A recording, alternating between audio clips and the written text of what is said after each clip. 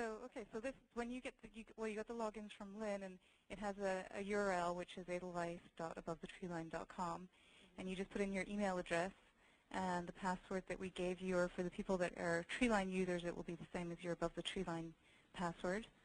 And then click sign in, and this is where you will land. Okay. Everyone seeing my screen okay after the login? Yeah. Hold on one sec. Let me jump back here 1 second.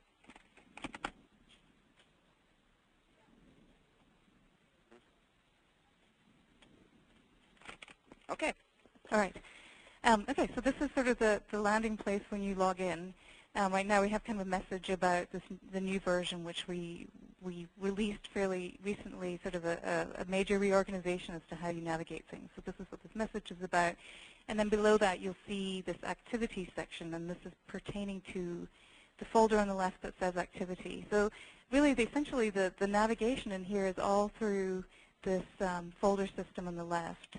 And what we're doing is we've got publishers that we're in our pilot, which is sort of coming to an end, and we're transitioning right now to the fall season with a group of publishers. Some of the big publishers, and we're bringing on some that were in the pilot, such as Penguin and Random House, Hachette, and we're bringing on some new publishers as well. So we're sort of in a transition where we're getting a lot of new catalogs loaded right now and it's sort of early in the season. But essentially what they're doing is loading up the catalogs on here. You can come in and just look at catalogs. So you can actually go here to this available catalogs section and pick a publisher, and within that see catalogs. So there's also kind of a workflow associated with the whole thing, where if you have a sales rep, the sales rep goes into their own version of Edelweiss, and they have just one folder for available catalogs for their own catalogs. And then they can take a catalog and make a copy of it and sort of customize it completely for you. So they can put notes on it, they can make suggested orders, they can tag things, and they can even take things out of the catalog that they don't need you to see if you're buying in a particular category or something like that.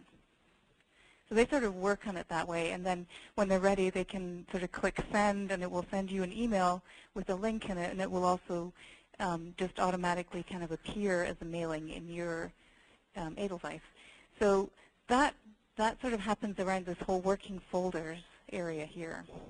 So I'll open that up to give you an idea. So available catalogs are always here. They're sort of static. You can't really move them around, but you can make copies of them if you want to for your own use, and you can just open them up. You can click on the name there and go right into it. But the working folders section is all sort of about these mailings.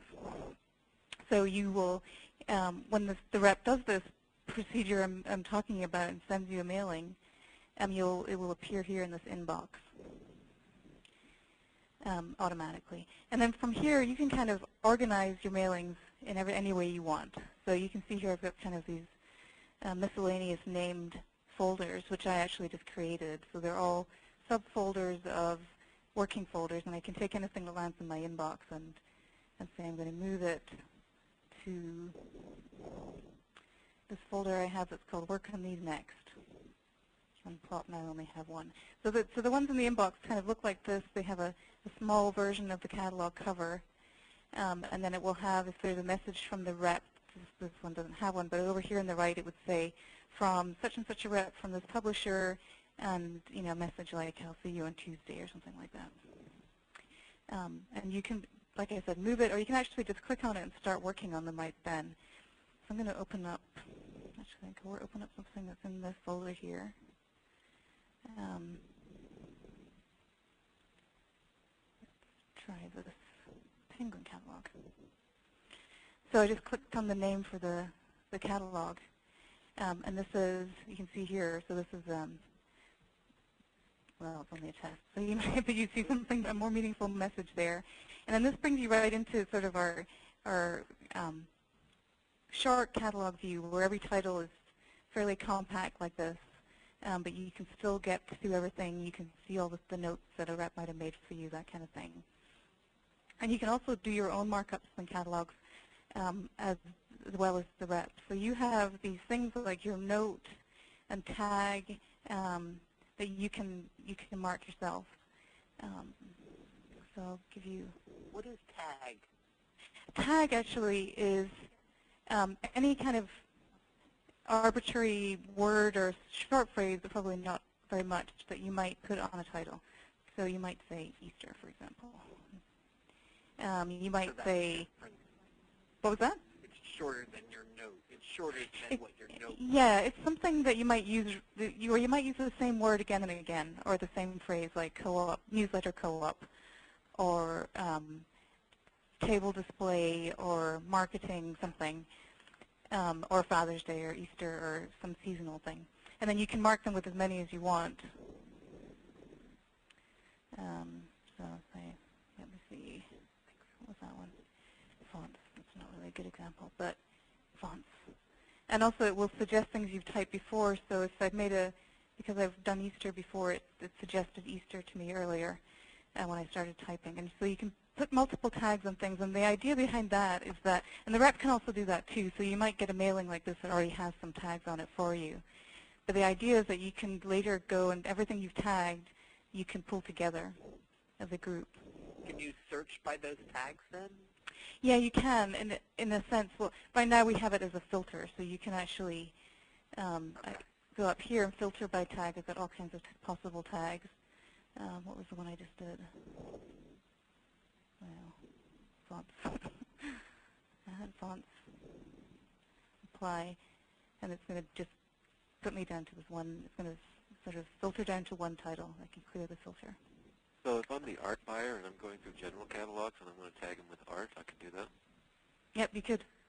You absolutely could. And you could also, if you're the art buyer, you could also say, just show me the art books, which probably not too many in the mass market catalog, but I did it. I played around with it before and stored cookbooks, and it came up with like 140 cookbooks. Mm-hmm. So you can do it. You can do it by subject, and you can do it by state. I saw too. I'm sorry, I didn't quite catch that. You can search it by state. Like I typed in Vermont and got all the books that had. Right. Well, this is sort of jumping to the search, but you asked about searching by tag. When you do the search up here, this is more of a bibliographic search, at least right now. We're going to add tag as a search. So yes, you can do Vermont and search. And what I've done is kind of taken myself out of that mailing instead of being in that mass market catalog, which was, just that group of titles. I suddenly jumped to a search that's everything for Vermont. That's in the all of these catalogs. So, and I can actually also, I have the choice of doing, I defaulted to all catalogs, so I find all Vermont titles that are, we have some, summer catalogs and some fall catalogs. But because I was looking at a Penguin catalog when I started it, I could have also picked to search within Penguin or just within the catalog that I was at. Different one. So I'm going to open up different mailings since I have to go back anyway. So we were sort of on tags. So I'll show you in a bit how you can pull things together by tag because it's kind of a neat feature. And then the notes, this one you can see I've already put a note on here. And then the rep can put priorities on things. So this is coded medium, but they could code things as high, medium, or low.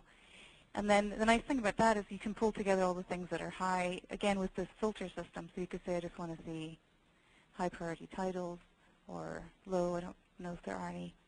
And one of the things that's been useful for, actually, so far in what we've done with the pilot was that the rep would code a few things as high so that are not necessarily the first things on the catalog, the first few pages, which are kind of the way that people buy most of the time, by starting at page 1, and sort of usually that's the one that the publisher thinks is most important, but the rep might say, for this store, these are the 10 high priority titles, and then when you get to the point of actually both looking at it together or on the phone or whatever, the rep might say, well, let's just look at the high priority titles first and sort of just talk about those ones, and the other stuff can kind of take care of itself, or we can talk about it afterwards, rather than kind of doing the traditional start at page 1 sort of thing.